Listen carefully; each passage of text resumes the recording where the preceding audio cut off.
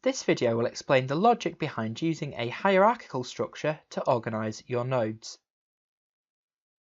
NVivo allows you to organise your nodes into a hierarchical structure. I find this capability is one of the most misunderstood aspects of NVivo. The purpose is to create a catalogue of your codes so that instead of having a long list of nodes, you can quickly see what nodes you have. In addition, sorting your nodes in a catalogue system helps you clarify your ideas. You can see what is missing, you can start thinking about relationships in your coding, which you can later explore through queries. When you create new nodes, you can see where they belong in your catalogue. It also stops you from duplicating nodes because you've overlooked them in your list. To organise your nodes, you need to follow the rules of a catalogue system. You need to keep like nodes together, you must never duplicate a node, and a node should be catalogued in one place only. Your approach to coding will be guided by your research methodology, but I will share here some good strategies that are likely to apply in many approaches.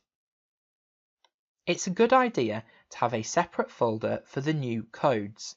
In some projects, you will create most of your nodes in advance, but in many projects, they will emerge as you work with your data.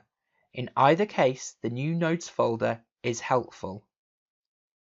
A good strategy is to let your list of new codes grow to only about 20 nodes and then review them. Do this on a regular basis to see which ones you can add to your existing node catalogue system. There may be a few that remain uncatalogued because they don't belong with any other nodes. That's fine, you can just keep them in the new node folder.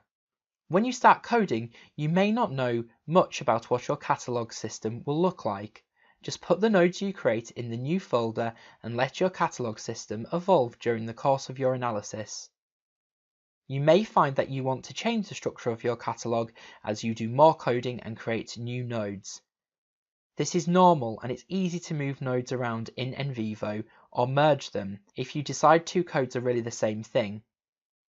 It's also easy to rename codes.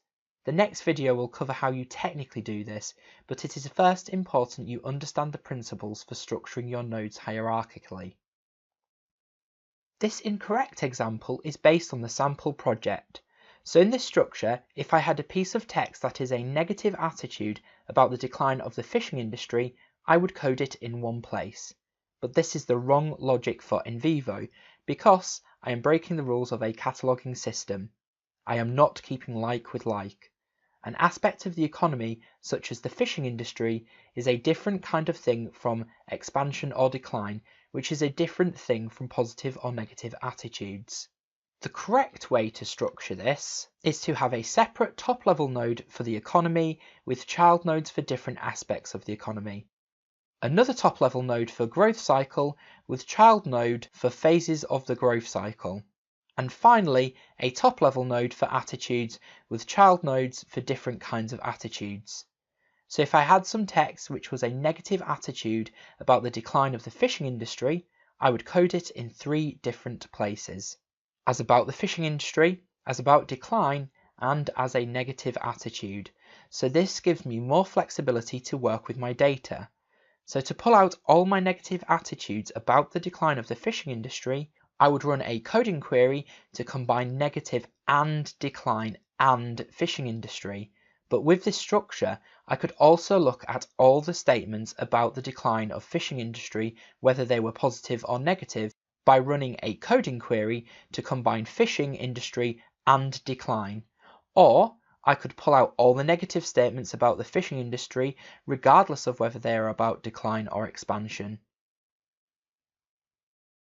One of the clues to see that this first example is incorrect is that I have 3 nodes for expansion and 3 nodes for decline, and then loads of nodes for positive and loads of nodes for negative. So that if you find you are duplicating nodes that mean the exact same thing in your structure, you know you need to rethink about how you're organizing your codes. I will end with the correct example.